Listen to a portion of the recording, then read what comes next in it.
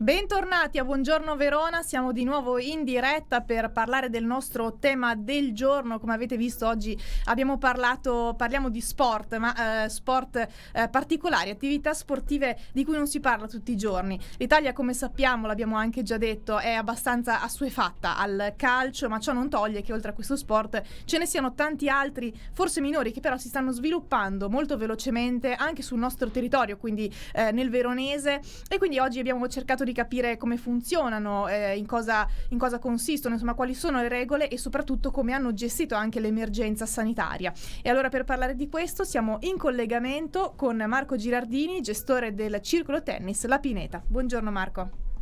Buongiorno a tutti voi. Allora, dunque, oggi parliamo con te di padel, o paddle, ecco, è uno sport che è ancora forse una novità per i più, ecco, e quindi ti chiedo di che sport si tratta e quando è nato. Allora, è uno sport che è nato, Abbiamo perso forse il è nato collegamento. Ok, Marco, avevamo perso un attimo il collegamento. Perfetto, ricomincia. Comincio, vado? Sì, vai. No, diciamo, è uno sport che è giovanissimo perché è uno sport che è già nato negli anni 90, ma che ha avuto il suo boom solo negli ultimi anni. È uno sport di lingua latina, nel senso che ha iniziato ad andare forte in Argentina, poi attualmente poi è partito molto bene in Spagna e adesso si sta allargando veramente in tutto il mondo.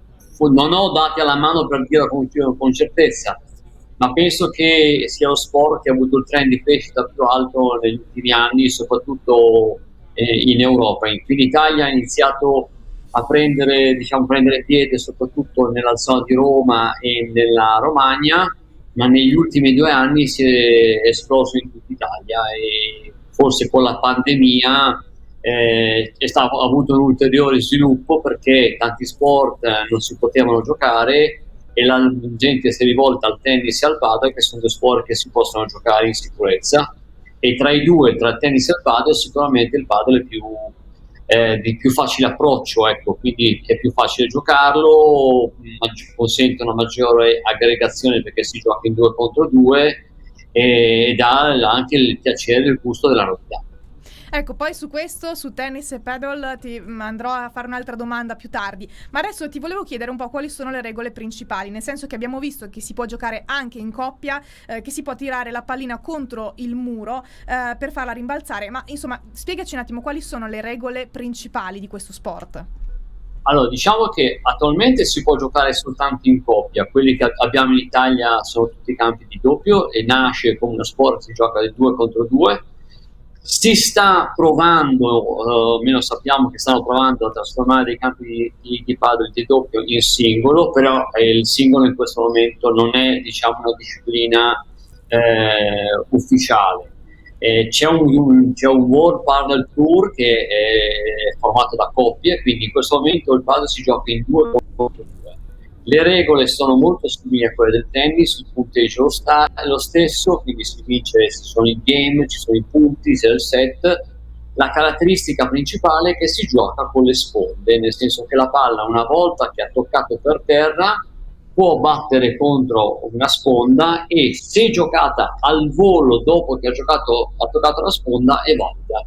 E quindi questo è un elemento un po' più, diciamo, intrigante rispetto al tennis, quindi si gioca dentro una scatola di vetro, fondamentalmente il campo è un 20x10 e la racchetta è una racchetta più simile alla racchettone da spiaggia, perdonatemi questo accostamento, che non una racchetta da tennis. La pallina invece è una pallina che è molto simile a quella del tennis, sono le palle che noi usiamo nel tennis per capirci con i bambini più piccoli, che sono un pochino più morbide e appunto le regole, la caratteristica particolare è che la palla può essere giocata anche una volta che è rimbalzata sul vetro. Questo dà delle possibilità tattiche di gioco tecniche che sono sostanzialmente molto differenti rispetto al tennis perché ci vuole una buona capacità di capire, di indovinare dove va la palla e quindi di decidere dove andarla a colpire, scegliere se la faccio rimbalzare contro il vetro piuttosto che giocarla prima, e questo è un elemento molto affascinante. Quindi se è uno sport che all'inizio è molto facile, ma per poterlo giocare bene ci vogliono anni perché non è così facile. Ecco, per chi gioca, per chi insomma pratica lo sport del tennis, insomma, forse abbiamo perso un attimo il collegamento, no, è tornato, benissimo. Dicevo, per chi pratica il tennis, insomma, passare al padel è più semplice o viceversa, insomma? Beh, è sicuramente più semplice giocare a tennis passare al padel che non viceversa. Tanti tennisti sono approcciati al padel perché lo trovano divertente, una cosa diversa e anche più veloce, come gioca delle pause minori, un ambiente più stretto, lo scambio stesso è molto più rapido. Vi do un esempio: mentre nel tennis per esempio si prenota 1 ora o 2 ore di gioco, la prenotazione standard è quella dell'1 ora e mezza. In 1 ora e mezza si riesce a giocare e permette, e quindi un tennista sicuramente ha già mai giocato. Certo. Ecco, tornando diciamo all'attualità, ecco, durante la pandemia, come è continuata l'attività del circolo per quanto riguarda il padel, ma anche il tennis, insomma?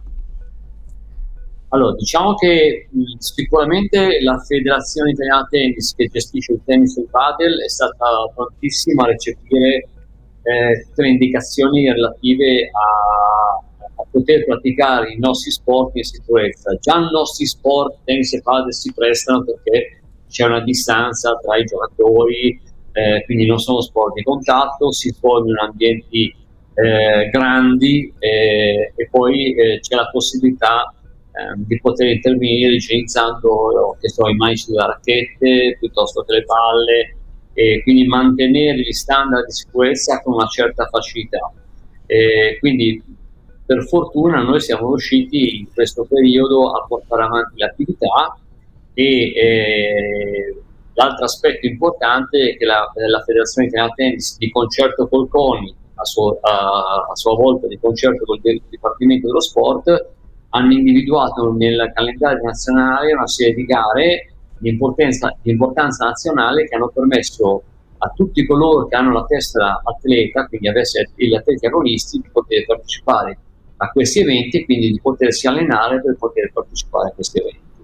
Quindi di fatto la nostra attività si è fermata sicuramente, ma soprattutto solo esclusivamente per i principianti, per gli amatori. A tutti gli atleti, coloro che hanno in possesso di testa agonistica, hanno potuto continuare a farla, chiaramente nel rispetto delle norme anti-Covid. Certo, certo. Beh, allora concludiamo dicendo che siete pronti assolutamente per quest'estate per accogliere anche gli amatori quando si riaprirà, ovviamente, insomma, per chiunque volesse provare a giocare a padel. Assolutamente sì, non vediamo l'ora che tempo migliori per poter togliere le coperture, perché sembra che stiamo andando incontro all'inverno, e una volta tolte le coperture tutti quanti in zona arancione possono giocare tranquillamente. Cioè, l'unico momento un po' critico è la zona rossa, ma in zona arancione anche coloro che non hanno la testa agonistica possono giocare all'aperto, a tennis o a padel. Molto molto bene, allora noi insomma Marco ti ringraziamo, grazie per essere stato con noi oggi e averci portato questa vostra realtà. Grazie a voi, vi aspettiamo sui nostri campi di padel qui a Verona, ma su tutti i campi di padel che stanno aprendo in questo momento. Benissimo, allora anche noi vi salutiamo e allora vi diamo appuntamento come sempre domani mattina alle 7:30 con la nostra rassegna stampa e ovviamente nuove interviste per il nostro tema del giorno. Grazie per averci seguito e un buon proseguimento di giornata.